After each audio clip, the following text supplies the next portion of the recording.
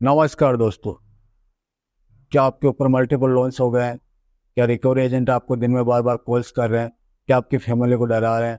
क्या आपको बार बार legal notice आ रहे हैं? तो नीचे दिए गए नंबर पर आप हमसे संपर्क करें। मैं और हमारी टीम आपका पूरा सहयोग करेगी इस स्टेप से बाहर निकलने में। धन्यवाद दोस्तों। 15,000 की सैलरी में you can understand it will take around 40 years. I'll visit to घर भी हरिद्वार. चलाना है। हाँ समझ रहे हो? हरिद्वार मुझे जाना पड़ेगा। अब वो डिपेंड करता है लोटे में जाऊंगा या कैसे जाऊंगा, अगर जॉब में करने लगा, समझे? तो समझ गया। इसी बेसिस पे अभी मुझे एक ही कैलकुलेशन है मेरे पास कि मुझे सब सेटलमेंट ही करवाना है, that is for sure. Okay उसमें मेरे पास कोई ओके चॉइस नहीं है, कोई ऑप्शंस नहीं है। दोस्तों, बाप ऑफ रिकवरी को लाइक करें, चैनल को सब्सक्राइब करें, घंटे के बटन को जरूर दबाएं और कमेंट में जरूर लिखें, रिकवरी एजेंट की बजाओ। हेलो, नमस्ते अरुण जी। नमस्ते नमस्ते, बोलो। यस बैंक का क्या कर दिया? यस बैंक से बात कर रहे हो? हाँ, बताओ। अमाउंट कुछ सेटल कर दी यार थोड़ा। सेटलमेंट करवाएंगे ना दोस्त, कभी सेटलमेंट करवाएंगे। बताओ आप कितने में करवा रहे हो? अभी ये आपका 34,453 है। 33 पकड़ो, 34,453 है total outstanding.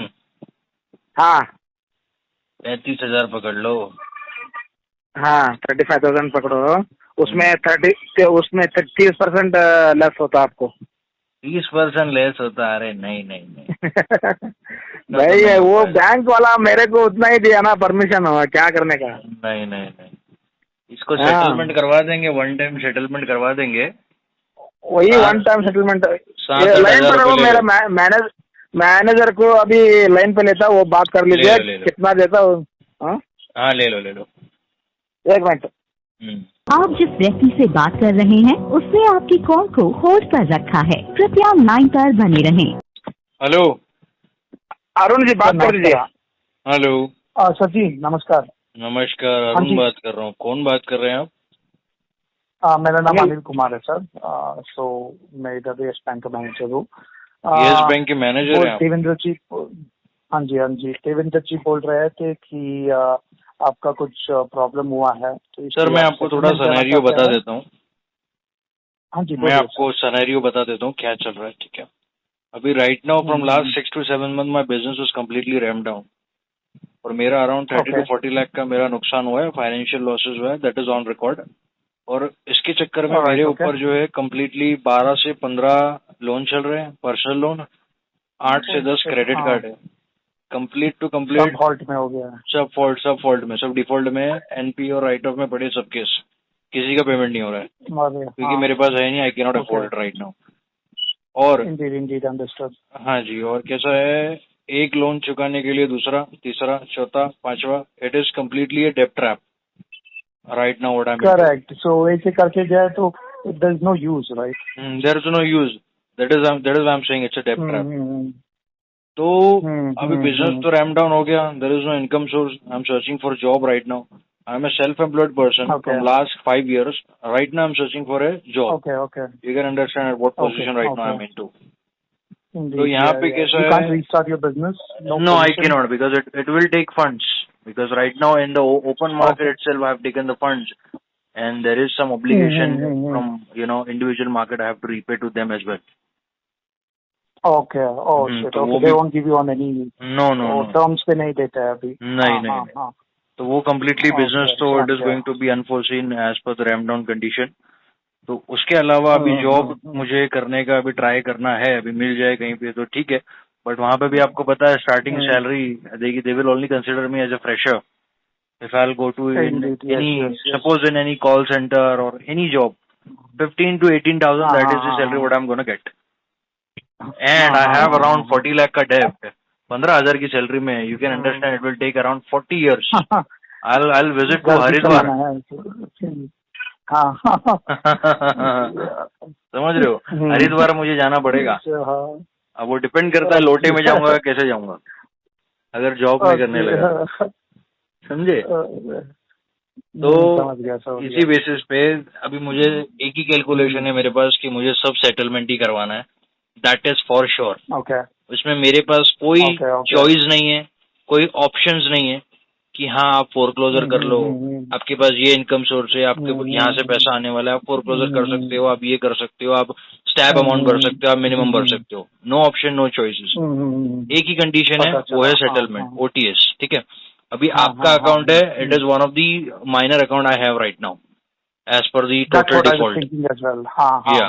Ji. So you're planning to go from the smallest one, closing from the smallest one. That is what I can afford. That is what I can afford. Indeed. Correct. So it's a good choice as well. Yes. तो कहीं ना कहीं एक चुपता होके वो ये हो जाता है। जी, एकदम राइट। तो आपका क्रेडिट स्कोर, क्रेडिट रिपोर्ट पुल किया है सर आपने? आपके पास वो PDF है क्रेडिट रिपोर्ट का? क्रेडिट रिपोर्ट मैंने पुल अप किया था, it was long back, I have to fetch another time if you need it.